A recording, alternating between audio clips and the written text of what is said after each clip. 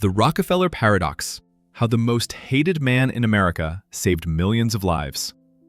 In 1870, the average American family spent 25% of their income on lighting. Kerosene for lamps was expensive, inconsistent, and often dangerous. Families sat in darkness after sunset because they couldn't afford illumination. Children couldn't study at night. Factories couldn't operate efficiently. America was trapped in a pre-industrial lighting crisis that kept millions in poverty. Then, one man changed everything. He cut the price of kerosene by 80%. He made lighting affordable for every American household. He created the infrastructure that would eventually electrify the nation. He funded the medical research that eradicated hookworm, yellow fever, and helped discover penicillin. He revolutionized American education, founding the University of Chicago and funding thousands of schools. His name was John D. Rockefeller, and history remembers him as a villain.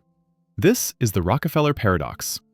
The most hated man in American history was also one of its greatest benefactors. The robber baron who crushed competitors also delivered products so cheaply that working-class families could afford them. The monopolist who consolidated power also decentralized access to energy, medicine, and education. For 150 years, we've told one story about Rockefeller: ruthless titan, monopolistic predator, the template for corporate evil. But what if that story is incomplete? What if understanding Rockefeller requires us to hold two contradictory truths simultaneously? That he was both predator and provider, destroyer and creator, villain and hero. Because the real Rockefeller story isn't about good versus evil. It's about something far more complex: the costs and benefits of industrial consolidation, the tension between efficiency and fairness, and the uncomfortable truth that the systems we despise often deliver the outcomes we demand. Let me show you the Rockefeller that history forgot, not to defend him, but to understand him. Because understanding the paradox reveals something profound about capitalism, innovation, and the price we pay for progress. John Davidson Rockefeller was born into chaos. His father was a bigamist and con artist who abandoned the family for months at a time. His mother scraped by on almost nothing, raising 6 children in poverty while maintaining devout Baptist principles. Young John learned 2 lessons from this childhood: money provides security, and God rewards the disciplined. At 16, Rockefeller got his first job as a bookkeeper in Cleveland. His salary was $50 per year. He saved every penny. He attended church 3 times per week. He gave 10% of his earnings to charity, even when he was nearly broke. This wasn't performance. This was conviction. Rockefeller genuinely believed that wealth was a sacred trust, that God gave him a talent for business, and that he was morally obligated to use it efficiently. When oil was discovered in Pennsylvania in 1859, Rockefeller saw opportunity. But he didn't see it where everyone else did. While thousands rushed to drill for oil, speculating on striking it rich, Rockefeller saw chaos. Overproduction collapsed prices one month. Shortages spiked them the next. Drillers went bankrupt constantly. It was a gambling operation, not a business. Rockefeller's genius was recognizing that the real opportunity wasn't in finding oil. It was in refining it, consistently, cheaply, and at scale. In 1863, at age 24, he invested $4,000 in a refinery in Cleveland. Within 2 years, it was the largest refinery in the city. Not because Rockefeller was lucky, because he was disciplined. Here's what Rockefeller did that others didn't. While competitors focused on refining, Rockefeller focused on costs. He bought barrel-making factories to reduce barrel costs from 25 cents to 10 cents. He bought tank cars to reduce shipping costs. He bought warehouses to eliminate storage fees. He studied every step of production, eliminated waste, reinvested profits, and operated with precision that competitors couldn't match. This is where the paradox begins. Was this predatory, or was this excellence? Rockefeller's competitors called it unfair, but Rockefeller was simply better at business. He worked longer hours. He reinvested more profits. He negotiated better deals. He ran tighter operations.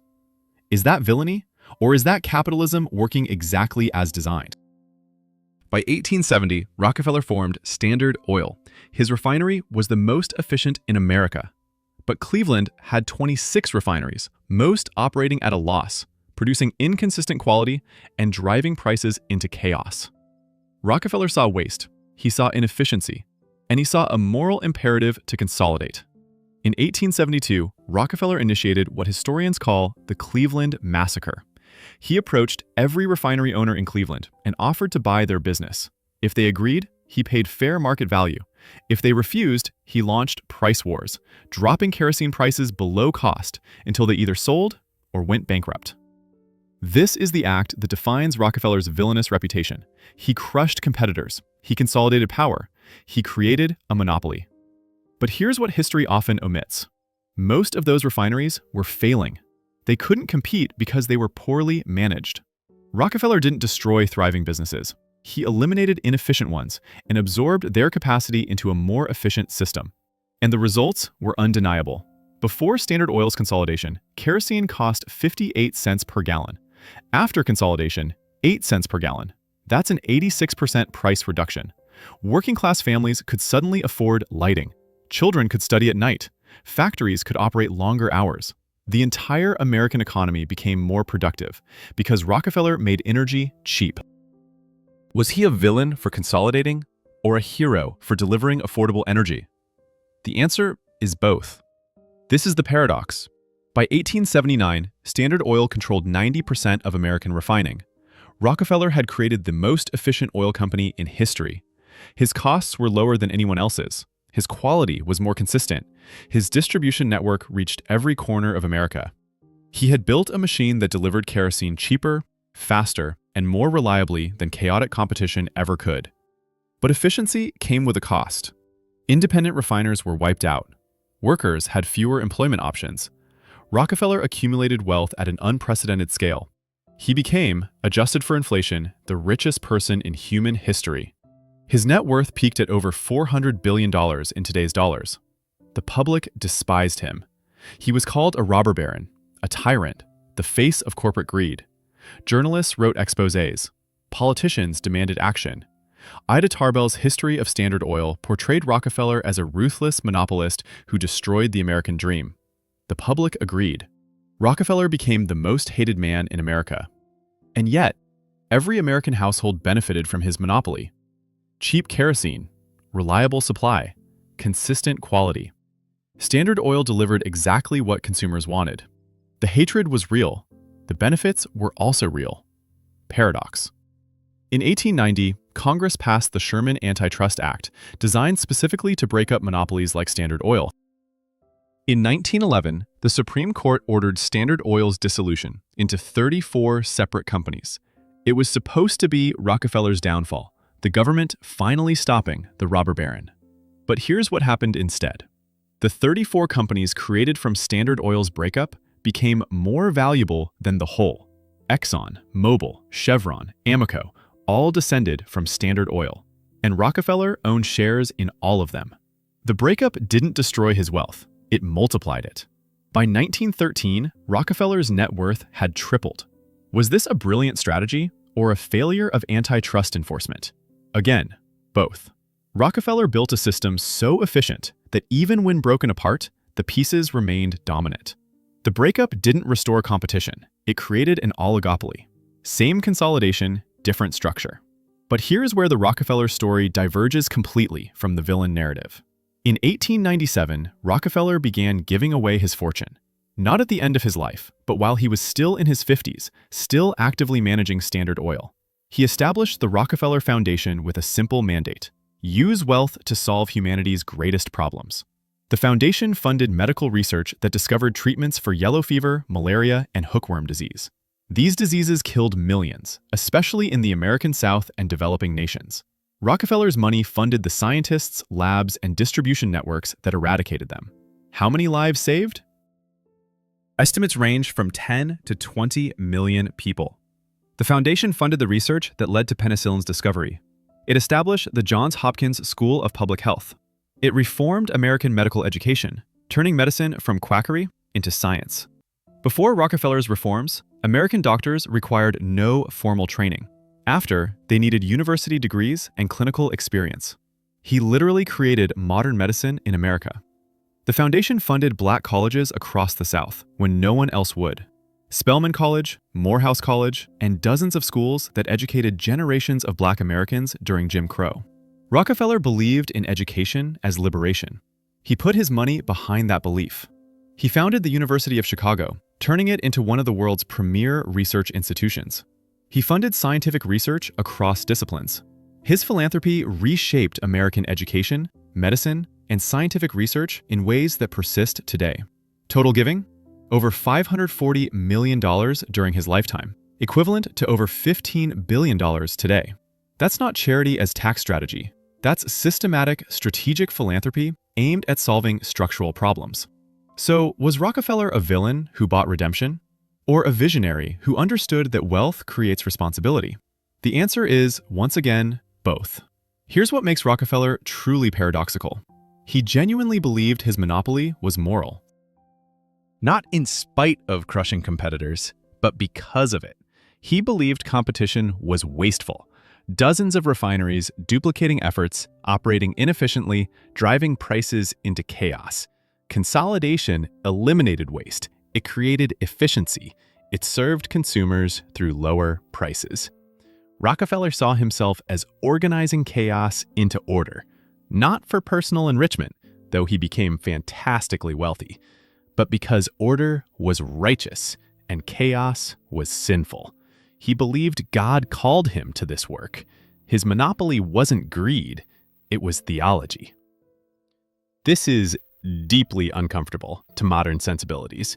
We want our villains purely evil and our heroes purely good. Rockefeller was neither. He was a man who built an oppressive system while genuinely believing he was serving humanity. He crushed competitors while reducing prices for consumers. He accumulated obscene wealth while giving most of it away. He created structures we now consider predatory while delivering outcomes we still depend on. The Rockefeller Paradox forces an uncomfortable question. Can someone do immense harm and immense good simultaneously? And if so, how do we judge them? Let's test this with a thought experiment. Imagine you're an American family in 1870. You spend a quarter of your income on lighting. Kerosene is expensive and inconsistent. Then, Rockefeller builds Standard Oil. Suddenly, kerosene costs 80% less. Your family can afford lighting, your children can study at night. Your quality of life improves dramatically. But you also know that Rockefeller crushed dozens of competitors to achieve this. Independent businessmen lost their livelihoods. Workers lost options. Wealth concentrated in one man's hands. Would you prefer the expensive kerosene with more competition, or the cheap kerosene with a monopoly? Most people, faced with this choice in practice, chose cheap kerosene. They bought Standard Oil products while hating Rockefeller personally. They wanted the efficiency of monopoly while resenting the concentration of power. This contradiction defines consumer capitalism to this day. Now, let's examine the medical impact. Hookworm disease infected millions of Americans in the early 1900s, especially poor Southerners.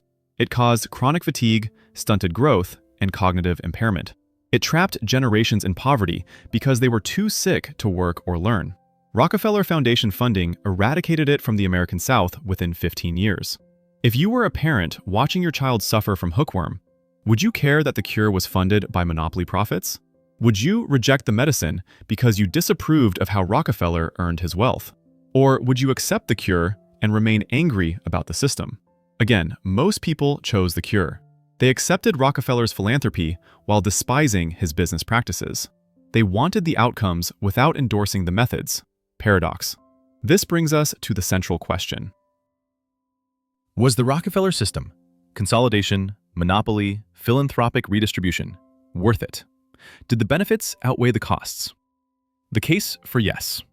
Standard Oil delivered energy cheaper than competition could. Medical research saved millions of lives. Educational institutions elevated entire communities. Scientific advancement accelerated. The infrastructure Rockefeller built, pipelines, refineries, distribution networks, became the foundation of America's energy independence and industrial dominance. The case for no. Wealth concentration created inequality that persists today. Workers lost bargaining power. Innovation was suppressed in oil refining because Standard Oil dominated. Political corruption increased as Rockefeller bought influence. The monopolistic structures he created were replicated across industries, creating the corporate consolidation we now struggle with. Both cases are valid. This is why Rockefeller remains paradoxical. The system worked, and the system failed. It delivered outcomes, and it concentrated power. It served consumers, and it crushed competition. Here's what modern discussions miss. We act as if monopoly is simply bad and competition is simply good. But reality is more complex. Monopolies can deliver efficiency, consistency, and scale that competition cannot. Competition can deliver innovation, choice, and distributed power that monopolies cannot. The question isn't which system is right. The question is what trade-offs we're willing to accept. Rockefeller understood this instinctively. He chose efficiency over competition because he believed efficiency served consumers better. He was right about the efficiency. He was wrong about the costs being acceptable. But he wasn't simply evil. He was a man making trade-offs based on his values shaped by Baptist theology, poverty trauma, and a genuine belief that he was serving God's purpose. Let's talk about what happened after Rockefeller. His system became the template. Carnegie in steel, Morgan in banking, Duke in tobacco, all followed Rockefeller's playbook: vertical integration, horizontal consolidation, philanthropic legitimization. The Gilded Age was defined by Rockefeller's methods spreading across American industry. And here's the paradox again. This era created massive inequality, worker exploitation, and political corruption. It was also the era of America's most rapid economic growth, technological advancement, and rise to global dominance. America became the world's industrial superpower during the age of robber barons. Were the robber barons responsible for American success, or did they succeed despite them? Economists still debate this. The truth is probably both. The consolidation created efficiencies that accelerated growth. It also created inequality that sparked labor movements, antitrust laws, and progressive reforms. Today, we see Rockefeller's methods everywhere. Amazon vertically integrates. Google horizontally consolidates. Tech billionaires fund philanthropy. The playbook persists because it works. Companies achieve scale, eliminate waste, dominate markets, and deliver convenient, cheap products to consumers. And consumers keep buying. We complain about Amazon's market dominance while ordering same-day delivery. We criticize Google's monopoly while using it 20 times per day. We condemn wealth concentration while investing in the companies that concentrate it. We are living the Rockefeller Paradox every single day. So, what's the answer? How do we resolve the paradox? We don't.